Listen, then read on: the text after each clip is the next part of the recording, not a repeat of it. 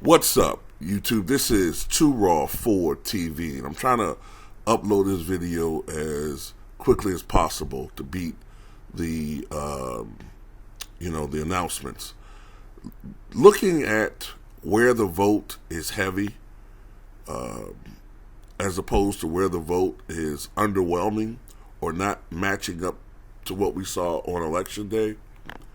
I don't like either one of these guys, but it appears that Raphael Warnock is going to win.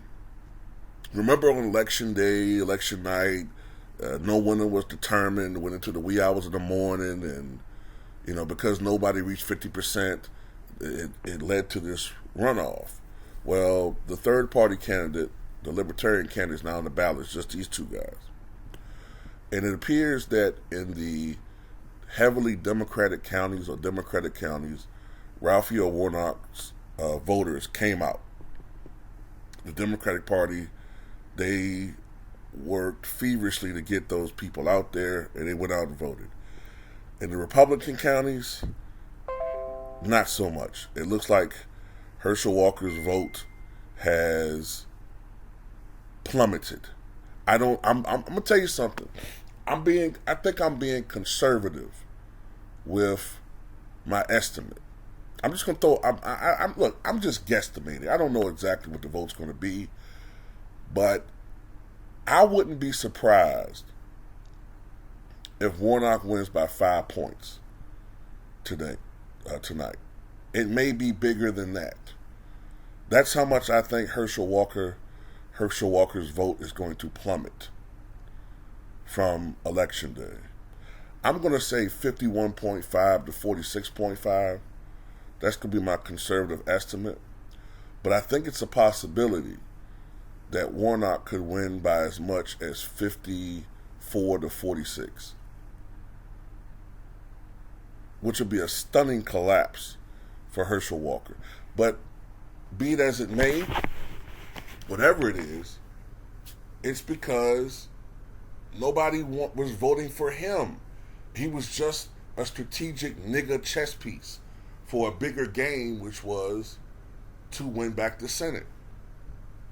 But now that that's no longer the case, even if he was somehow to win, the Senate is going to be controlled by Democrats. So now, since Republicans really aren't backing this guy, they could care less.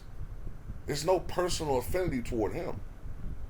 The voters were just looking at him as a useful idiot, a useful body, a better way of putting it, to be in the Senate and to be a rubber stamp for Republicans to vote however they want to be. Yes, the boss? Yeah, I'm okay, yeah. But he's useful. He's useless now.